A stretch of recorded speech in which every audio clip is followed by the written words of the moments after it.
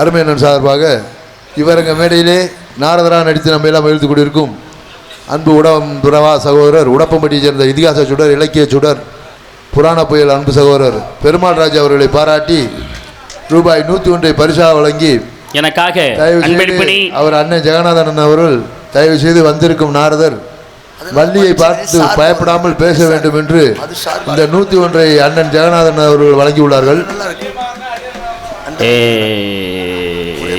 எனக்காக அன்பளிப்பினி வாரி விளங்கி அருமைக்குரிய உடன்பிரவாச அருமையண்ணன் ஜெகநாதன் அண்ணன் அவர்களுக்கும் அவர்கள் குடும்பத்தார்களுக்கும் எங்களது கலை குடும்பத்தார் சார்பில் நெஞ்சார்ந்த மனமார்ந்த நன்றிகளை தெரிவித்துக் கொள்கிறேன். நன்றி நன்றி வணக்கம். ஏப்பா நான் கேட்குறேன், நீங்கள் எவ்வளவு கேட்குறியா?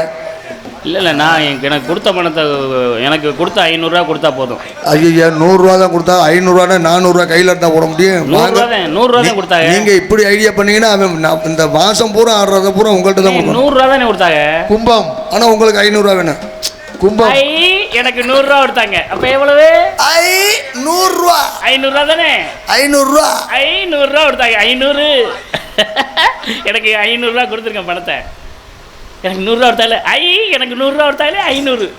சரி கும்பம் ரமேஷ்குமார் அவர்கள் இவருங்க மேடையிலே நாரதரா நடித்துக் கொண்டிருக்கும் சகோதரர் பெருமாள் ராஜ் அவர்களை பாராட்டி ரூபாய் 101 பரிசாக வழங்கியுள்ளார்கள். முருகன் அடிமை கும்பம் அண்ணன் ராஜ்குமார் அவர்கள் சார்பாக 101 பரிசாக வழங்கி, மேலும் தயவு செய்து நாரதர் பெருமாள் ராஜ் அவர்கள் வந்திருக்கும் வள்ளியை பார்த்து பயப்படாமல் பேச வேண்டும் என்று இந்த 101 பரிசாக வழங்கி சென்றுள்ளார்கள்.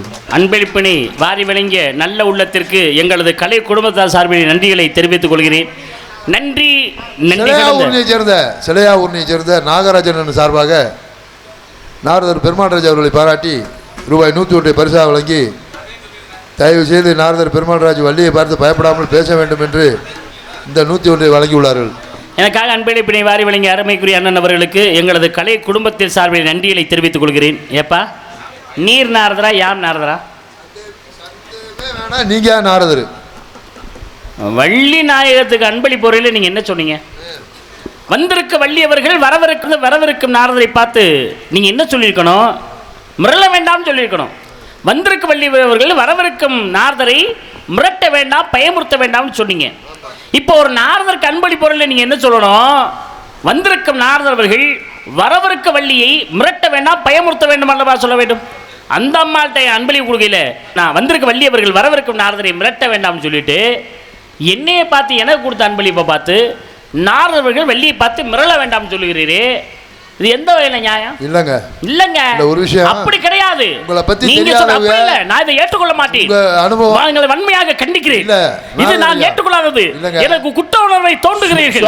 ஒரு மனிதனுக்கு ஒரு அதாவது கஷ்டத்தை உருவாக்குது, அதாவது கவலையை உருவாக்குகிறீர்கள். அதை நான் மன்னிக்க மாட்டேன். 24 புலிகேஜி தயவு செய்து அவங்க கிராமத்துல அன்பளிப்பு கொடுக்குறவங்க எதையோ ஒன்று சொல்லி கொடுப்பாங்க. ஆனா உங்க அனுபவம் என்னங்கிற எங்களுக்கு தெரியும். எத்தனை வள்ளியை எவ்வளோ எத்தனை ஊர் போயிருப்பியா, எவ்வளோ மேடை ஏறி இருப்பியா, என்ன எத்தனை வள்ளியை சந்திச்சிருப்பியா, உங்களுடைய அனுபவம் எத்தனை வருஷம் உங்கள்கிட்ட நீங்க எல்லாம் ஒரு கேள்வி கேட்டா உள்ள வந்திருக்க வள்ளி நின்று ஒரு கேள்விக்கு பதில் சொல்ல முடியுமா? முடியாது. இதை நீங்க முதல்ல சொல்லியிருக்கணும். அவங்க இப்ப வந்த புள்ள முதல்ல சொல்லியிருக்கணும். இல்ல அவங்க 1000 சொல்லுவாங்க. உங்க திறமை மேல எங்களுக்கு நம்பிக்கை இருக்கு. அப்படி சொல்லுங்க. நீங்க வளர்த்து விடணும்னு ஆசைப்படுறோம், அவ்வளவுதான். உங்க திறமைக்கு முன்னாடி அவங்க நிக்க முடியுமா? ஓஹோ என்னங்க அவங்க ஊர்ல 1000 சொல்லுவா, அவங்க சொன்னா சொல்லிட்டு போறாங்க. நீங்க தைரியமா பேசுங்க. அது என்ன கடைசியில் ஒரு கோர்வை கோர்த்துட்டு போறீங்களே, அது நீங்க தைரியமா பேசுங்கன்னு. இது சரியில்லை. இல்ல அவங்க பேசுறதுக்காக நீங்க விட்டு கொடுத்துறாதீங்க, நீங்க பேசுங்க. இது சரியில்லை.